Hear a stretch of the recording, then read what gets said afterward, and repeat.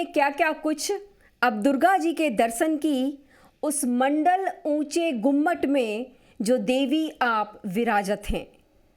माँ दुर्गा पर नज़ीर अकबराबादी की ये नज़्म अपने आप में हिंदुस्तानी संस्कृति के बारे में बहुत कुछ कहती है। इसके आगे कुछ और कहना सूरज को दिया दिखाने की तरह है। नमस्कार, स्वागत है आप सबका आवाज़े ख़वातीन के नए शो हम हिंदुस्तानी में। इस कार्यक्रम में हम चर्चा करेंगे अपनी उस संस्कृति की जो हमारी सांझी संस्कृति है। हमारे मज़हब भले ही अलग अलग हैं, पर हमारी संस्कृति, हमारी जो विरासत है वो सांझी है।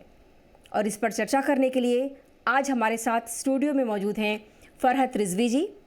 फरहत जी जानी मानी लेखिका हैं, वरिष्ठ पत्रकार हैं और जानी मानी वक्ता हैं। फरहत जी, आपका बहुत बहुत स्वागत है। शुक्रिया। आवाज़े ख़वातीन के स्टूडियो में। फरहत जी, सबसे पहले हम आपसे जानना चाहेंगे कि ये मौका नवरात्र का है, रमज़ान का है। जी। हम चर्चा कर रहे हैं हिंदुस्तानी संस्कृति पर, और आपने पहनी हुई साड़ी और माथे पर लगी है बिंदी। देखिए, ये तो हमारा कल्चर है, संस्कृति है, और मैं मुसलमान होने के साथ साथ हिंदुस्तानी हूँ। मेरी पहचान हिंदुस्तानी की भी तो है। तो लिबास, खान पान और बहुत सारी चीज़ें जो हम अपनाते हैं वो हमारे कल्चर से मिले जुले, जो एक कंपोजिट कल्चर है उसका हिस्सा है। तो ज़ाहिर है अरब की में जो मुसलमान औरतें हैं या ईरान में हैं वो शलवार कमीज़ तो नहीं पहनती, साड़ी पहनती हैं। और यहाँ बहुत सी स्टेट्स में तो मुसलमान औरतें गरारा पहनती ही नहीं हैं, शलवार कमीज़ पहनती ही नहीं हैं, सिर्फ साड़ी पहनती हैं। अगर आप बिहार में या लखनऊ में जाएं, इसी तरह मुझे तो बिंदी बहुत अच्छी लगती है। चूड़ियाँ भी तो पहनते हैं हम। जी जी जी जी। जब हम सांझी संस्कृति की बात करते हैं, जैसे अभी हमने नज़ीर अकबराबादी जी की एक नज़्म की दो पंक्तियाँ पढ़ी, बहुत कुछ लिखा है। जी जी। कैसे हमारी संस्कृति जो है वो कहीं भेद नहीं करती, और बहुत कुछ लिखा गया है माँ दुर्गा पर, श्री राम पर, और बहुत सी जो लीलाएं होती हैं वो भी जो है वो सभी धर्मों के लोग मिलके करते हैं। आप इस पर कुछ प्रकाश डालें। जी देखिए, बचपन से हमने जो देखा है कि अगर हम ईद भी मनाते हैं, शब बरात भी मनाते हैं, तो साथ साथ हमारे गांव में, हमारे शहर में रामलीलाएं भी होती थी, और तरह तरह की रामलीला। उस गांव में तो सॉन्ग के रूप में, जिसे सॉन्ग कहते हैं, पीपल के पेड़ के नीचे गांव के लोग रात को मिलकर सॉन्ग करते थे, वो भी देखिए। फिर जब शहर में आए, फिर यूनिवर्सिटी में आए, तो वहाँ भी तरह तरह की रामलीलाएं देखी। रामलीला हमने इंडोनेशिया की भी देखी एम्बेसी में जाकर। तो अब तो खैर बहुत एक्सपोजर हो चुका है, इन चीज़ों का एक्सप्लोर हो रही हैं कि इंडोनेशिया में कैसे रामलीला होती है, अमेरिका में कैसे रामलीला होती है। तो और जहाँ तक बात करें हम धार्मिक सौहार्द की, सांझी संस्कृति की, गंगा जमनी तहजीब की, तो ये तो इतना अच्छा मौजू है कि आप देखें महाभारत और भागवत गीता, पुराण, वे पुराणों का, इनके तर्जुमे फारसी में भी हुए, अरबी में और उर्दू में भी हुए। क्योंकि जब यहाँ मिलजुल कर रहे दो धर्म के लोग, दो संस्कृतियों के लोग, तो एक दूसरे को जानने का, उनके इतिहास के बारे में, उनके जो लोक ज्ञान था, लोक कलाएं थीं, और साथ साथ उनकी जो आस्थाएं थीं, जो उनके धार्मिक ग्रंथ थे, उनके बारे में भी जानने की ज़रूरत हुई। और राम जैसा किरदार, राम जैसा पात्र, वो तो पूरी दुनिया में इतना लोकप्रिय है क्योंकि एक आज्ञाकारी बेटा है, एक वफादार भाई है, और न्यायप्रिय राजा है, और अपनी पत्नी का संरक्षण करने वाला।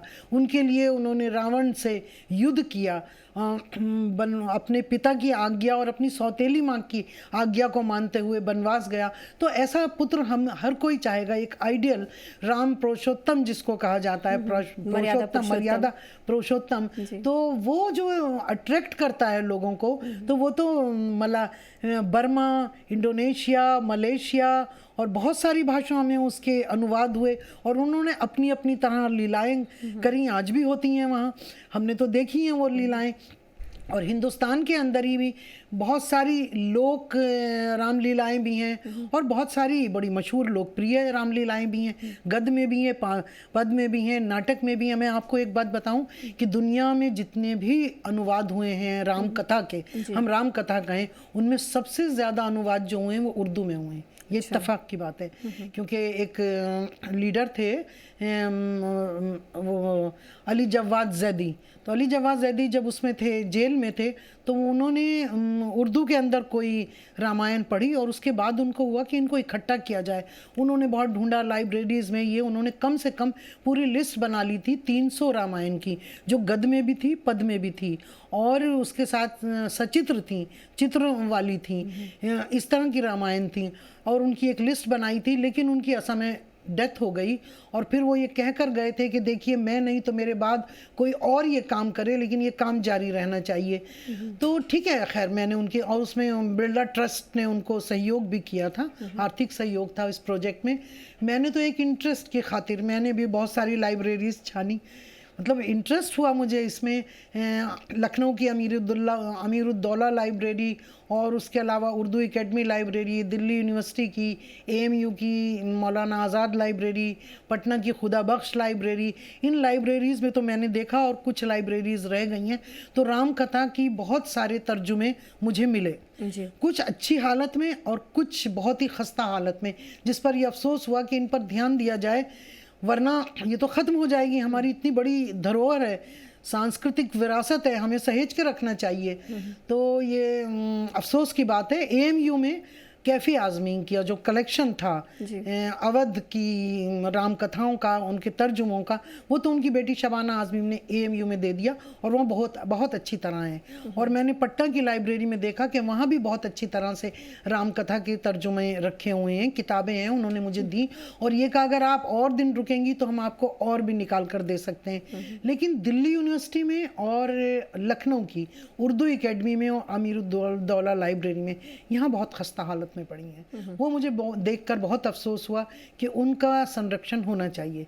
देखिए नॉर्थ, वैसे तो जो राम कथा पर वाल्मीकि की एक तो रामायण है, और नॉर्थ में दूसरी है रामचरितमानस तुलसीकृत।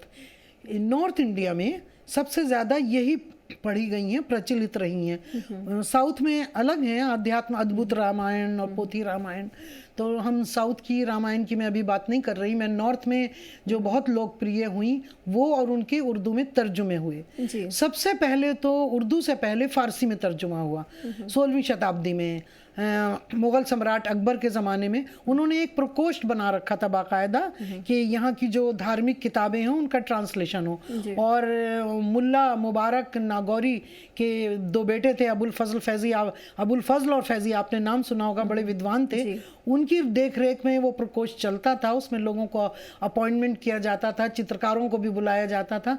तो फिर उन्हीं की सिफारिश से एक आदमी आए, अब्दुल कुद्दूस बदायूनी, मुल्ला अब्दुल कादिर बदायूनी। तो उन्होंने सबसे पहले तो महाभारत का रज़मनामा के साथ अनुवाद किया, महाभारत का फारसी में किया। उसके बाद उनको एक तो अथर्ववेद का और रामायण का दिया। अथर्ववेद का वो पूरा नहीं कर सके, वो अधूरा रह गया, लेकिन 6 साल लगाकर उन्होंने दास्ताने राम और सीता के नाम से राम कथा का अनुवाद किया और सचित्र किया। उसमें उनका टारगेट तो था वाल्मीकि की रामायण थी, और उसमें सारी जो चित्र थे वो हिंदू चित्रकार थे उस प्रकोष्ठ के, उन लोगों ने बनाया। फिर उसके बाद अवध में, क्योंकि अवध में ये बड़ा कल्चर था, क्योंकि अवध का इलाका था। तो अवध में उन नवाब वाजिद अली शाह के ज़माने में सबसे पहली उर्दू का तर्जुमा हुआ। अब उसमें थोड़ा सा मतभेद है कि शंकर दयाल फरहत या जगन्नाथ खुशतर, इनमें किसकी राम कथा जो है उर्दू में पहली बार आई। कुछ लोग कहते हैं कि पोथी रामायण ब्रज भाषा में, भोजपुरी में, उसका फारसी में उसकी लिपि थी और भोजपुरी की थी, तो वो हुई। तो ये तो खैर आसपास की ही बात है। लेकिन मुंशी नवल किशोर का पब्लिकेशन जो हाउस था वो बहुत बड़ा, उसका उर्दू में बहुत योगदान रहा, वहाँ से ये रामकथा छपी और इतनी लोकप्रिय हुई ये दोनों, खुशतर की भी और फरहत की भी। ये मशहूर थी खुशतर की रामायण और फरहत की रामायण, और पद में थी और उसके अंदर मुसद्दस में, मतलब 6 पंक्तियों में, मतलब उनके 9 और 7 इतने एडिशन छपे हैं। तो ये 1-2 लाइब्रेरी में ये मुझे मिली, बहुत खस्ता हालत में है हालांकि, लेकिन ये बहुत लोकप्रिय हुई। तो जाहिर है हिंदू घरों में लिखने वाले भी इनके हिंदू थे, तो इसका मतलब उर्दू भाषा के जानकार थे। जी। उर्दू भाषा को धार्मिक चीज़ों में जिस भाषा का इस्तेमाल होता है तो उसको वो अपनी मातृभाषा ही के रूप में लेते हैं ना। बिल्कुल। तो वो लिखते थे, पढ़ते थे। और एक अभी कुछ साल पहले अयोध्या में एक सेमिनार हुआ था, इंटरनेशनल सेमिनार राम पर। तो वहाँ पर एक आए थे, अभी उनकी डेथ हो गई, प्रवीण साहब थे। तो वो बड़े इमोशनल हो रहे थे। वो बता रहे थे कि लखनऊ में जो कायस्थों का मोहल्ला था, दशहरा आते ही सब लोग लग जाते थे, सब अपने अपने तरह की लिखते थे, रचते थे, फिर उसका नाटक करते थे, उसका मंचन करते थे। और ये सिलसिला फिर 17वीं शताब्दी से शुरू हुआ। हाँ, 19वीं शताब्दी के आखिर से और 20वीं सदी और फिर 21वीं सदी तक ये सिलसिला अभी भी जारी है। और इन 150 सालों में इतनी राम कथाओं के उर्दू में तर्जुमे हुए हैं और उस पर एक्सपेरिमेंट हुए, एक काफिए के साथ, फिर नाटक के रूप में भी, बिल्कुल उसको नाटक के तौर पे उसमें जज्बात निगारी, वाक़या निगारी, संवाद बड़े अच्छे इस तरह से हुए। देखिए, मैं आपको कुछ उसके नाम भी पढ़कर बताती हूँ कि किस तरह शंकर दयाल फरहत का और तो मैंने नाम लिया, और जगन्नाथ खुश्तर का। उसके बाद मुंशी छेदीलाल 1897 में आया उनका, मुंशी छेदीलाल भटनागर, मुंशी देवी प्रसाद बहादुर, मुंशी हजारी लाल साहब, भगत ज्ञानी परमेश्वर दयाल साहब, आध्यात्म रायण नारायण सिंह, ये कविता शैली में थी।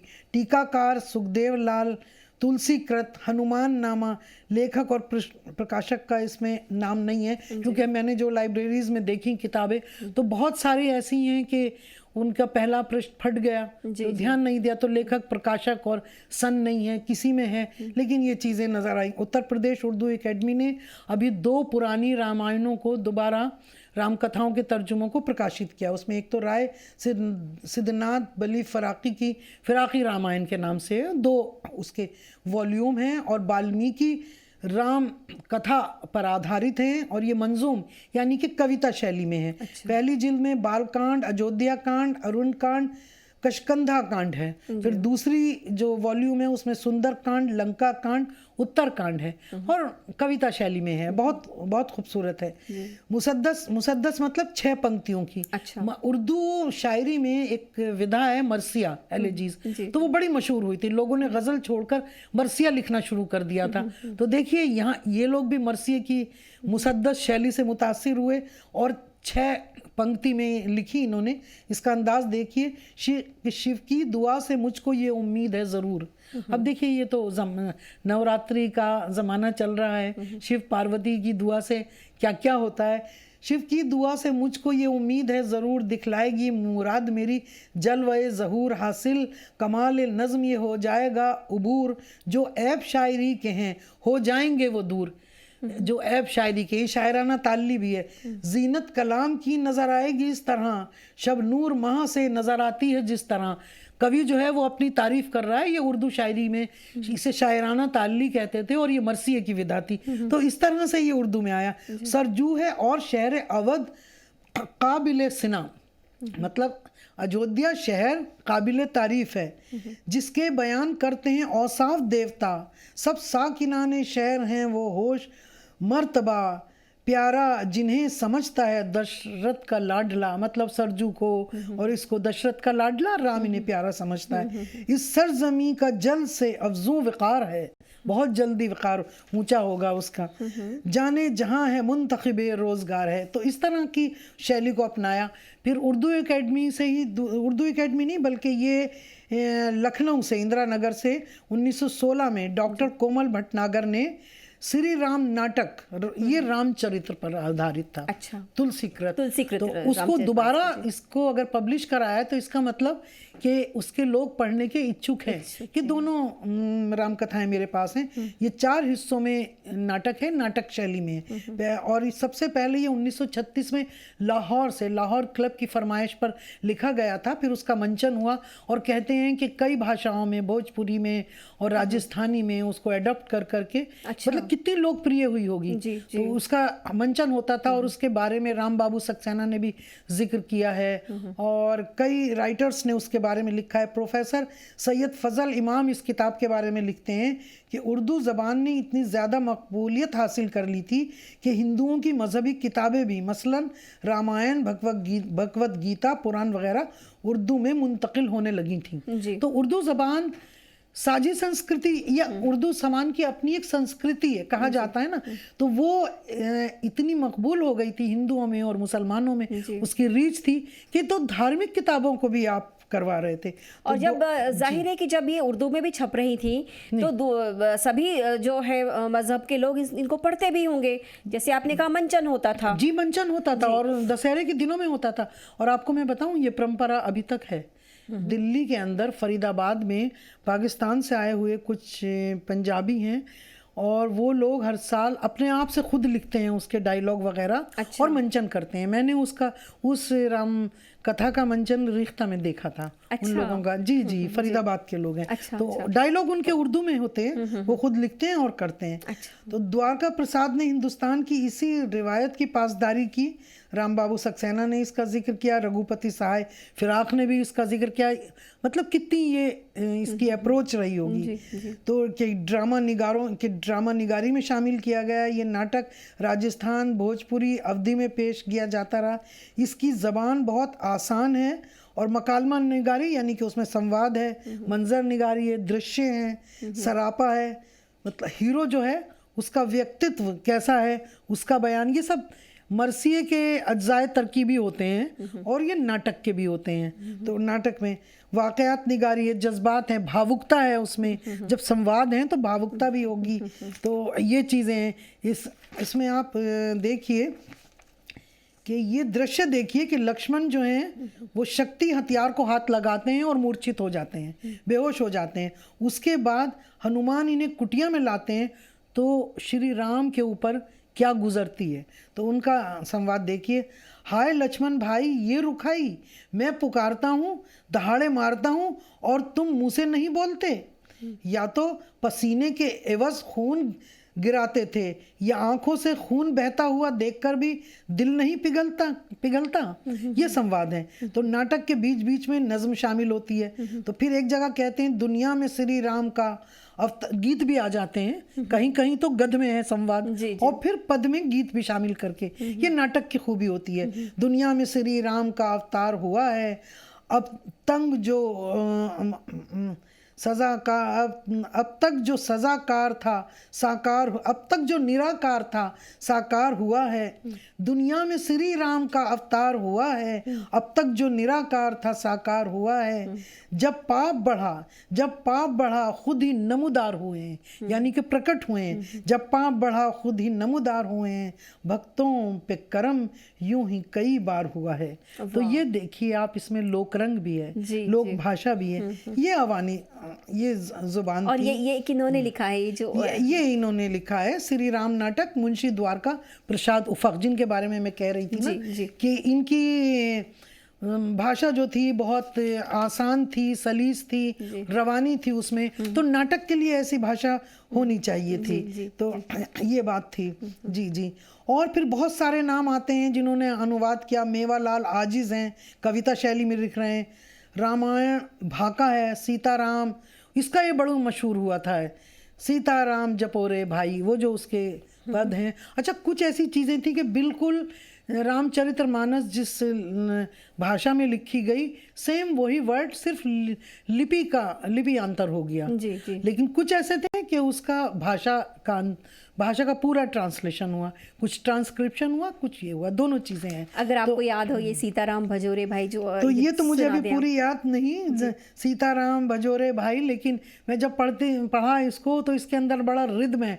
और ये नाटक हुआ करते थे, कथावाचक करते थे।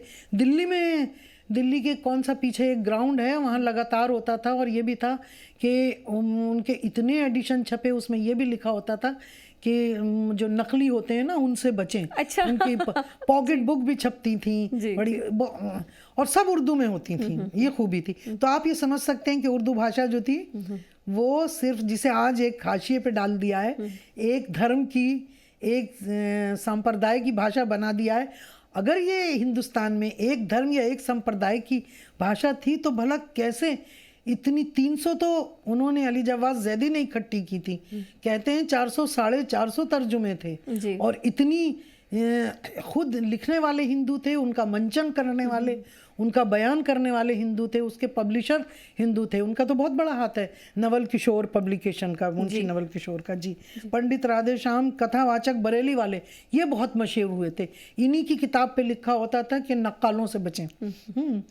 इनके 4 कांड हैं और 25 अध्याय हैं और नाटक मंचन शैली था। तो आप उसके बाद नेपाल और इनको नेपाल और भारत में बड़ी बड़ी उपाधियां भी दी गई। जी, इनको तो अवार्ड दिए गए और इतने ये ज्ञानी थे, इतने लोकप्रिय हुए कि इनको काफ़ी दिए गए, उपाधियां दी गई थी। तो इनको आप देखिए, हाँ इनका मैं बरेली वाले जो हैं राधे श्याम कथावाचक, इनका पढ़ती हूँ कि खेले हैं ठुमक ठुमक आंगन में, खेले हैं ठुमक ठुमक आंगन में, ठुमक ठुमक आंगन में, रुनक झुनक महलन में, कभी हैं पालने में और कभी माँ की कनिया में, खिला रही हैं कभी गोदियों में कामनियाँ।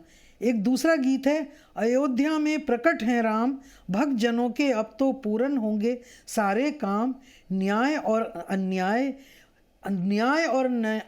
मध्य जब छिड़ा हो घोर, जब न्याय और अन्याय के बीच में बड़ी लड़ाई हो, आप समझ सकती हैं, हो घोर, अब मायाकारी, अब न्यायकारी आया है करने उसे तमाम, याद सच रजनी का जब हो चुका तीसरा धाम, सूर्य वंश में सूर्य की तरह उदय हुए सुखदेव।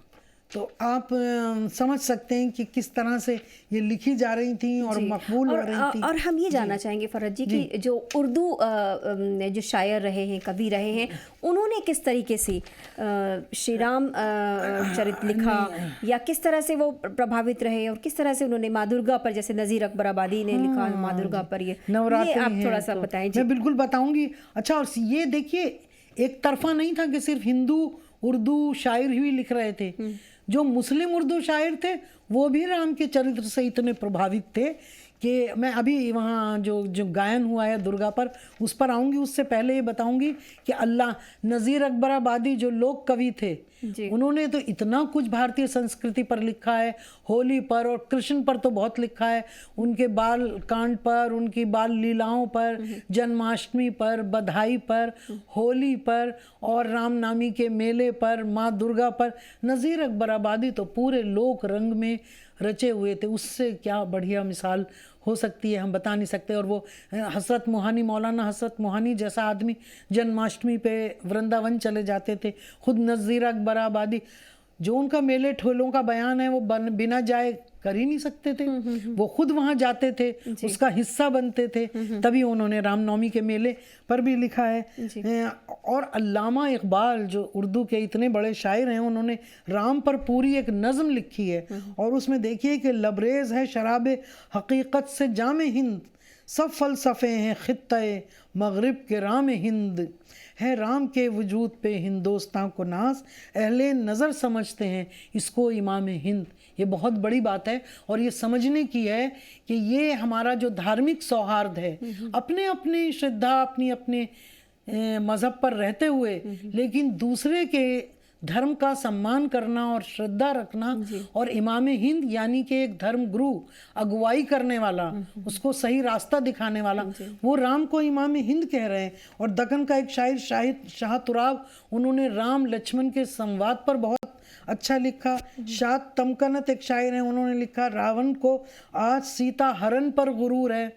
इस पर अफसोस किया है कि रावण जो है वो सीता के हरण पर गुरूर कर रहा है। ए राम तेरी बस्ती से बन कितनी दूर है। और ये सिलसिला आगे चलता रहा।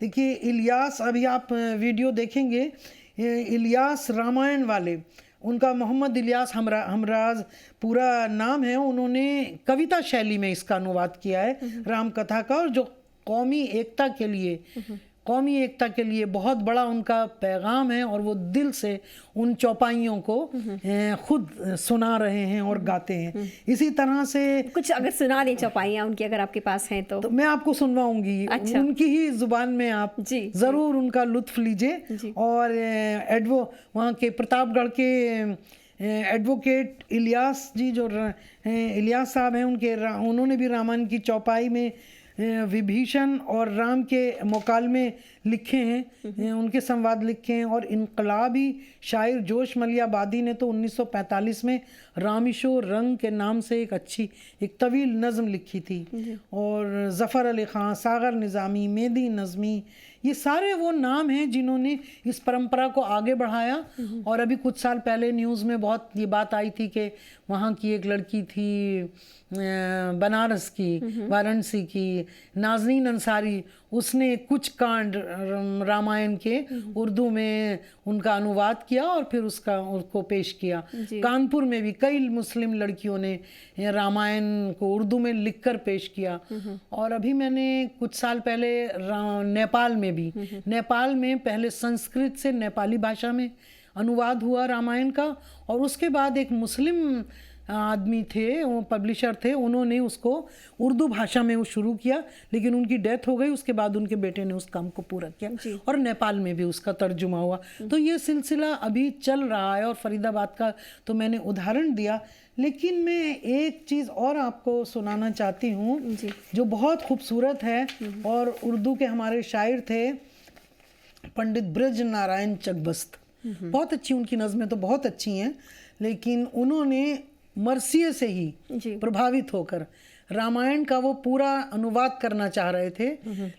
और 6 पंक्तियों मुसद्दस में वो मीर अनीस से बहुत प्रभावित थे, जो मीर अनीस, एलिजीज, मरसिए के बहुत अच्छे उर्दू के शायर गुजरे।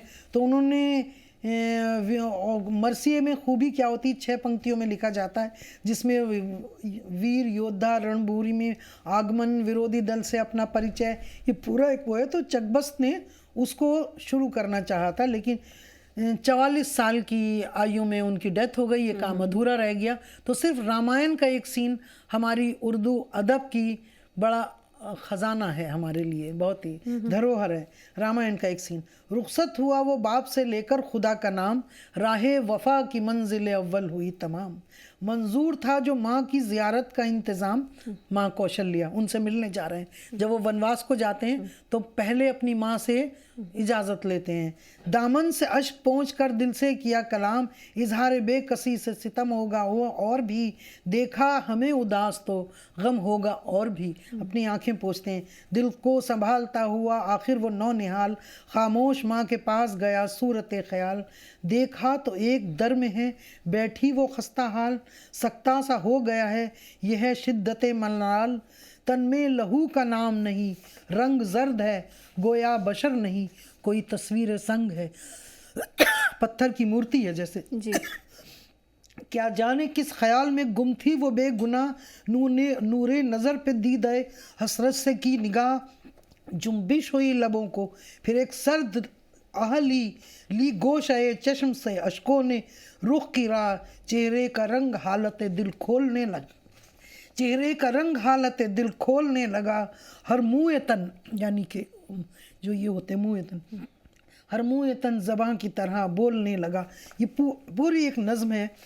तो 19वीं शताब्दी से जो शुरुआत हुई थी, 20वीं शताब्दी के मध्य तक 150 साल में बहुत सी रामायणों के तर्जुमे हुए। और लेकिन और गाया भी गया है। और अब तो ये रामनवमी के दिन चल रहे हैं, अगर आप कभी सुने उनकी जो भजन संध्या है मुरारी बापू की, उसमें एक बहुत अच्छे गुजरात के हैं मीर उस्मान, उस्ताद मीर उस्मान गाने वाले, तो उन्होंने महाशिवरात्रि पर और बहुत सारी चीज़ों पर कैलाश के निवासी बड़े अच्छे भजन गाए हैं जी।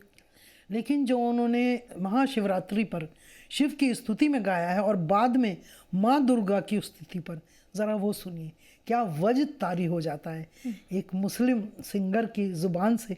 और जाहिर है जो गले से गाता है वो दिल से गाएगा। बिल्कुल।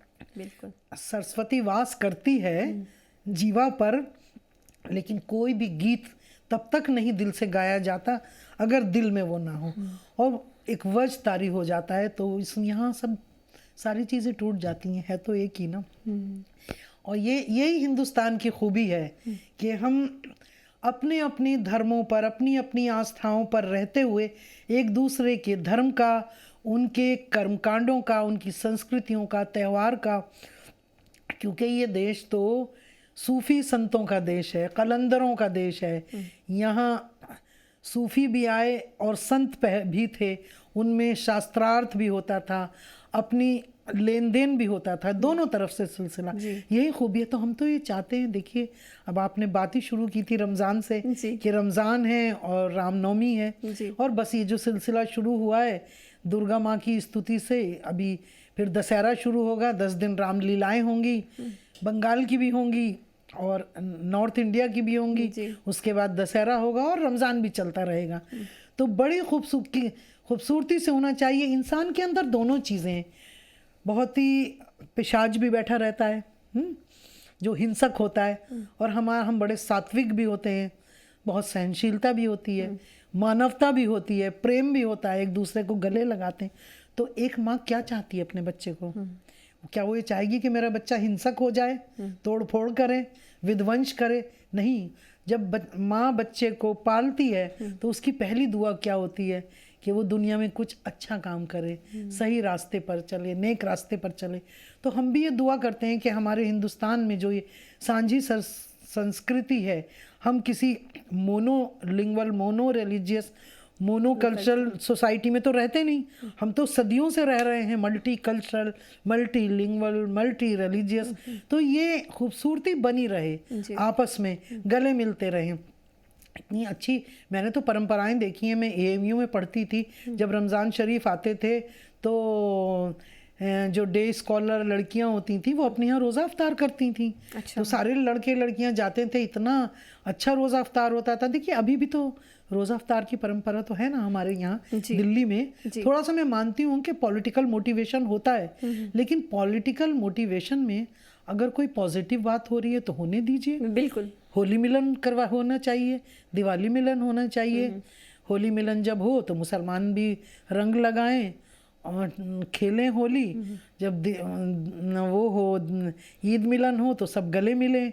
ऐसे ही रमज़ान हो रहे हैं तो एक दूसरे को अफ्तार कराएं, ये तो बड़ी अच्छी बात होती है। तो आप जिक्र कर रही थी कि आपकी जो एक मित्र हैं वो आपको बताया करती थी कि सीता जी की जो आराधना करेंगे। जी, हमारा बड़ा लेन देन होता था अपने विचारों का, उनके उसके धर्म में क्या होता है, मेरे धर्म में क्या होता है, क्योंकि उसका काम भी फोकलोर पर था, रशियन फोकलोर पर था। तो एक इंटरेस्ट था साझा कि भाई जगराता भी होता है हिंदुओं में, मुसलमानों में हमारे यहाँ शब्बेदारी होती है। तो ये सारी चीज़ें हम लोग करते थे। तो उसी के उससे, क्योंकि उसने बड़ा काम किया है, उसका तो खैर बहुत ही स्कॉलरली काम है, राम कथाओं पर और महाभारत पर बड़ी बड़ी एग्जीबिशन की। तो थोड़ा थोड़ा वो मुझे अपने सेमिनार में बुलाती थी।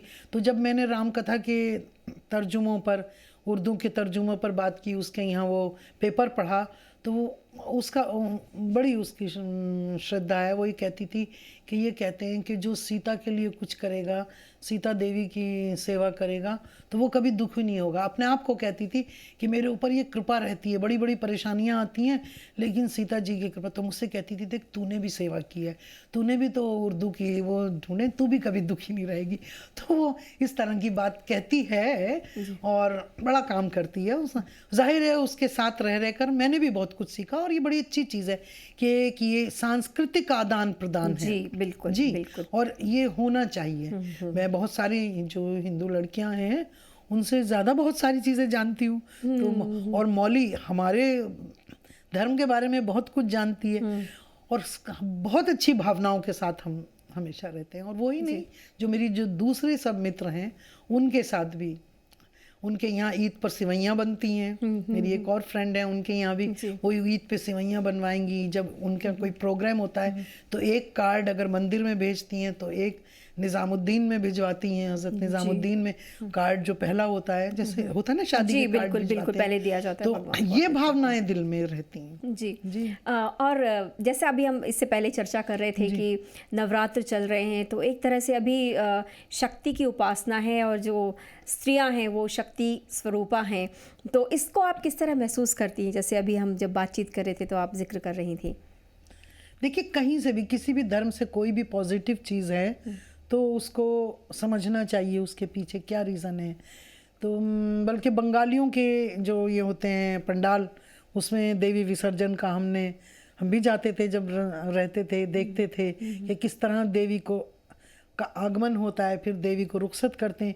कितनी चीज़ें जब मैं देखती थी तो मुझे लगता था कि यही इसी से हमने ताज़िया सीखा। बिल्कुल वही दृश्य होता है कि जब ताज़िए को विदा करते हैं, इसी तरह देवी को बुलाते हैं और फिर कितनी भावुक हो जाती हैं औरतें उस समय जब विसर्जन होता है, विदा करती हैं तो रोती हैं। और ये सब चीज़ें, और एक शक्ति का संचार होता है। अगर आप जियोग्राफिकल भी देखें तो ये जो सीज़न है तो इसमें एक बाहर का भी ज़माना है, कलियां मतलब मिट्टी में पौधे लगाते हैं तो उसमें भी अंकुर फूट पड़ते हैं, तो शक्ति का जो संचार हो रहा है तो ये एक सिंबल है। और औरतें तो शक्ति का खुद सिंबल है, उनके अंदर इतनी है। हालांकि पुरुष सत्तात्मक उसमें समाज में औरत को बहुत कमतर माना जाता है, लेकिन अगर आप देखें तो औरत तो बहुत मजबूत है। उसके अंदर जो मॉरल एनर्जी, मॉरली बहुत वो मजबूत है, 10 आदमियों के बराबर है जो उसकी एनर्जी है। तो ये बहुत अच्छी बात है। और नवरात्र में जिस तरह बच्चियों को नवरात्र के आखिर में शायद ना बुलाकर कंचके होती हैं, ये चीज़ बड़ी अच्छी लगती है। लेकिन ये कायम रहे और इसकी वो नहीं होनी चाहिए गलत इस्तेमाल कि आप नवरात्रि के नाम पर किसी दूसरे धर्म के साथ कुछ अन्याय करें, या कोई भी धर्म वाले एक दूसरे अपने उस पर दूसरे धर्म को दबाने की कोशिश करें। मैं इसलिए कह रही हूँ कि कुरान की आयत है ना कि लकुम दीनकुम वलिय दीन। मैं बहुत ज़्यादा ज्ञाता नहीं हूँ, लेकिन ये मालूम है कि तुम्हारा दीन तुम्हारा, मेरा दीन मेरा, अपने अपने धर्म पर फॉलो करो। और कुरान में अगर सबसे ज़्यादा बुराई लिखी है किसी चीज़ की तो जुल्म और जबर यानी कि ज़बरदस्ती, तो ये बहुत गलत चीज़ है। समझना चाहिए इसे कि हमें उसको फॉलो करना चाहिए, किसी पर जबर ज़बरदस्ती नहीं करनी चाहिए। अपने मन की इच्छा से जो बच्चा जिस धर्म में पैदा हुआ है उस तरह से वो रहे और एक दूसरे के साथ सब सौहार्द के साथ रहें जैसे रहते आए हैं। जी, और ये भी एक संयोग है कि अक्सर जो है वो नवरात्र और रमज़ान जो है वो साथ साथ आते हैं, तो ये भी तो एक कहीं ना कहीं बहुत आध्यात्मिक तौर से अगर देखा जाए तो ये एक इबादत का मौका है, इबादत का पर्व कभी कभी आते हैं क्योंकि सोलर सिस्टम और लूनर में थोड़ा फर्क है, क्योंकि नवरात्र तो दशहरा तो एक ही मौसम में आएंगे, लेकिन रमज़ान कभी गर्मी में भी होते हैं कभी सर्दी में भी, उनका चक्र चलता रहता है। ये होता है। लेकिन बहुत बार ऐसा हुआ है कि दशहरा और ताज़िया एक साथ पड़ गया, या नवरात्र और रमज़ान। अब ये संयोग है इस वक्त दोनों के व्रत साथ चल रहे हैं। और मार्केट में एक चीज़ और हो रही है, फल बहुत महंगे हो जाएंगे क्योंकि नवरात्र वालों को भी चाहिए और रोज़े वालों को भी चाहिए, तो फल जो है वो पहले ही से महंगे हो गए हैं। तो ये भी साथ चल रहा है, तो ये तो बहुत अच्छी बात है। और मैं तो दुआ करती हूँ ऐसी खबरें ना आए कि किसी ने किसी का ठेला जला दिया या फेंक दिया। ये खबरें आए कि मिलजुल कर लोगों ने अपना व्रत और रोज़ा जो है वो अफ्तार किया और व्रत तोड़ा। ऐसी खबरें आएंगी तो वो दिल को अच्छी लगती हैं, आती भी है ना कभी कभी, बहुत अच्छा लगता है कि कोई नर्स थे, हम ऐड देखते थे ना, एक नर्स है और उसका रोज़ा है लेकिन वो अपने रोज़े में भी अपना काम कर रही है, तो फिर जो लड़का बीमार है उसकी माँ उसके लिए अफ्तारी लेकर आती है कि आप रोज़ा खोलें। तो ऐसी चीज़ें देखकर तो खुद शक्ति का संचार होता है या नहीं? बिल्कुल, यही शक्ति है। लेकिन शक्ति वो नहीं है कि किसी को मारो पीटो। बिल्कुल जी, बिल्कुल। आपकी व्यक्तिगत अनुभव यदि आप साझा करना चाहें, किस तरह से आप इस संस्कृति में रची बसी हैं और फॉलो करती हैं? बहुत सारे उदाहरण आपके पूरे जीवन में पेश आए। हमारा इतना टाइम हॉस्टल में गुजरा, मैंने अलीगढ़ का बताया था, वो तो AMU पूरी वैसी संस्कृति थी, मतलब मुस्लिम ज़्यादा थे वहाँ, लेकिन वहाँ पर इस तरह के हुआ कि हिंदू लड़कियां रोज़े पर अपने घर बुलाती थी और बहुत अच्छा अफ्तार कराती थी। फिर मैं जवाहरलाल नेहरू यूनिवर्सिटी में आ गई, वहाँ का एटमॉस्फेयर थोड़ा डिफरेंट था, लेकिन वहाँ पर भी जो लोग रोज़ा रखते थे रात को, तो वहाँ हिंदू लड़के भी रात को उठकर सैरी करते थे और उनका बहुत ही सहयोग करते थे, अफ्तारी में ये सब करते थे।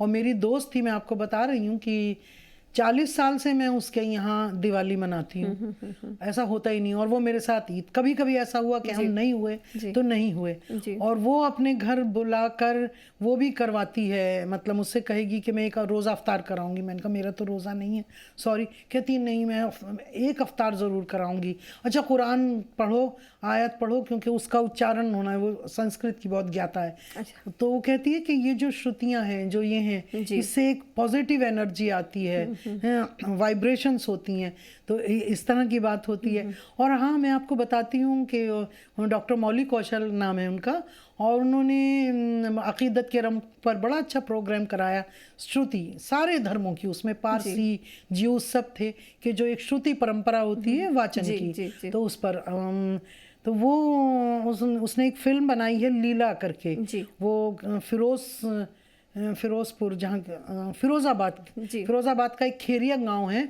वहाँ जो रामलीला होती आई है बहुत पुरानी, उसका जो मेन पात्र है राम, वो उसका नाम बताया शमशाद अली। अच्छा। और सीता भी जो हैं वो भी मुस्लिम हैं। तो उस पर वो वहाँ जाकर खेरिया में काफ़ी रही, उन लोगों पर काम किया कि किस तरह वो हिंदू भी हैं, मुसलमान भी हैं, सब वर्कर हैं, गरीब लोग हैं, छोटा पैसे जुटाते हैं, कॉस्ट्यूम तैयार करते हैं, मुसलमान भी उसमें लगे रहते हैं, कॉस्ट्यूम बना रहे हैं, और रामलीला होती है।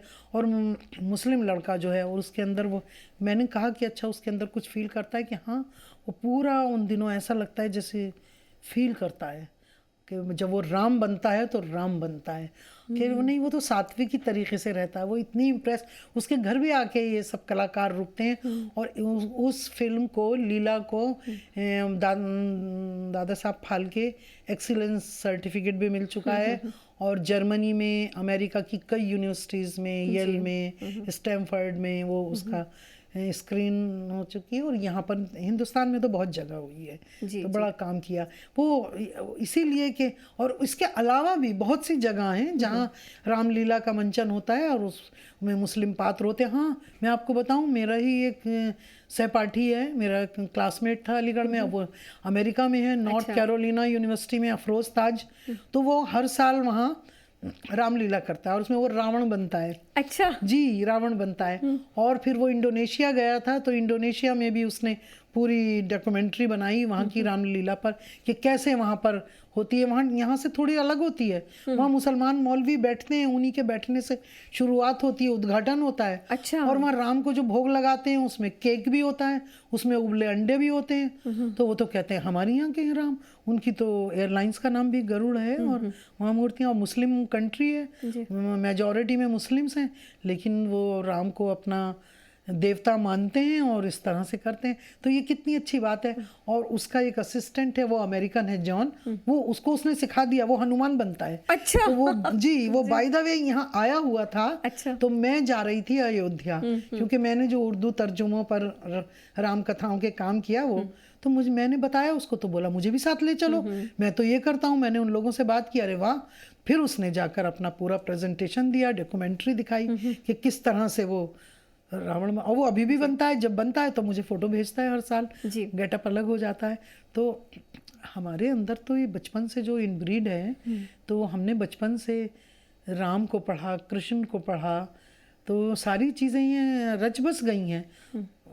कोई ऐसी बात नहीं लगती। एक सवाल, हम हिंदुस्तानी हैं भाई, बिल्कुल बिल्कुल, हम हिंदुस्तानी हैं, सबसे पहले तो हम हिंदुस्तानी हैं। तो हमारी पहचान तो यही है। हम बाहर जाते हैं तो हम उसी तरह ईद भी मनाते हैं, उसी तरह होली दिवाली भी। तो मिस करती होंगी जब आप यहाँ से बाहर जाती हैं? मिस तो करते हैं। देखिए, होली वहाँ आई तो थोड़ा थोड़ा सा रंग लगा लेंगे, नहीं बाहर तो होती है, बाहर तो काफ़ी कुछ होती है। अब तो ये सुना कि न्यू जर्सी में तो पटाखेबाजी भी खूब होने लगी है। अच्छा। लेकिन अगर घर में है और ज़्यादा आसपास नहीं है तो थोड़ा ही सा शगुन हो जाता है। ईद का मेला भी मैंने वहाँ देखा, टेक्सास में देखा, ईद मिलन का मेला। ईद की शॉपिंग के लिए भी खूब मार्केट लगती है, दिवाली पर भी लगती है, करते तो हैं और सब मिलकर ही करते हैं। और दिवाली पे जैसे आप कह रही थी कि सभी देखिए, दिए जलाते हैं। देखिए दिवाली पर अब 10 घर में रोशनी हो रही है, एक घर में अंधकार कैसे हो, ये तो बुरा लगता है। हम मतलब मेरे तो घर में भी, मेरे तो मेरठ में जो घर है वहाँ भी, चलिए मैं तो ये है कि मैं हॉस्टल में रही, मेरी सब इतना मिला जुला मेरा कल्चर है, लेकिन जो बड़े ट्रेडिशनल लोग हैं वो भी, हम तो दिवाली में तो खूब सजावट करते ही हैं। और फिर होली में मतलब पकौड़े भी बनाएंगे, कांजी भी बनाएंगे। अब ये चीजें दक्षिण भारत के हिंदू नहीं करते ना। जी जी जी। ये अपने क्षेत्रीय भी है, लोकल कलर भी है। जी जी हम जी। इसी को कहते हैं कि संस्कृति जो है वो हमेशा साथ रहती है। साथ रहती है, और धर्म कभी कभी पीछे हो जाता है, कल्चर हावी हो जाता है। मैं साउथ में थी एक बार, तो वहां तो मुझे कहीं दिवाली नजर ही नहीं आ रही थी। वो अपने पूजा वगैरह करते हैं, जैसे हमारे नॉर्थ में दिवाली होती है वो नहीं, या जैसे हमारे यहाँ होली होती है तो पंजाब में नहीं होगी होली। दूसरा त्योहार होगा, बैसाखी होगी, जी जी। वो दूसरा है लोहड़ी होती है वहाँ। तो अभी एक है उषा दयाल नाम है उनका, हाँ आई थिंक, उनकी एक किताब आई है दिल्ली के पर आप भी थी उस प्रोग्राम में। तो वो कह रही थी ना कि हमने तो लोहड़ी का, बैसाखी का कभी अपने बचपन में नाम नहीं सुना। तो वो उन्हीं त्योहारों का जिक्र कर रही थी जो पुरानी दिल्ली में और उन्होंने एक जिक्र और किया था कि किस तरह से, जो आपने भी किया था कि डोली में वो दोनों तरह, मतलब हिंदू और जो मुसलमान दोनों ही जो महिलाएं थी वो डोली में ही आया करती तो उन्होंने फूल वालों की सैर का भी किया कि देखिए हाँ कितना कंपोजिट कल्चर की ये मिसाल है।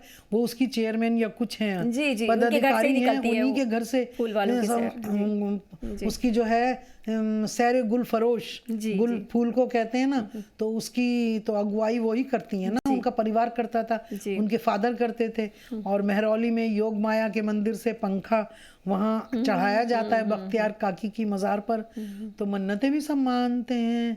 तो ये तो मिला जुला है भाई। जी। इसको आप कैसे, जो हमारा फैब्रिक है, जो ताना बाना है, सोशल फैब्रिक है, हिंदुस्तानी कंपोजिट कल्चर का, गंगा जमनी तहजीब का या साजी संस्कृति का है, इसमें तो तार कैसे अलग करेंगे, नहीं कर सकते ना। यही खूबसूरती है इस देश की। जी, तो यही है हमारी हिंदुस्तानी संस्कृति, जो हमारे भीतर, हम सब के भीतर रची बसी है, हमारी रूह है, क्योंकि हम सबसे पहले हिंदुस्तानी हैं। मुझे पूरा यकीन है कि आपको ये कार्यक्रम पसंद आया होगा। आप अपने सुझाव हमें ज़रूर भेजें। नमस्कार।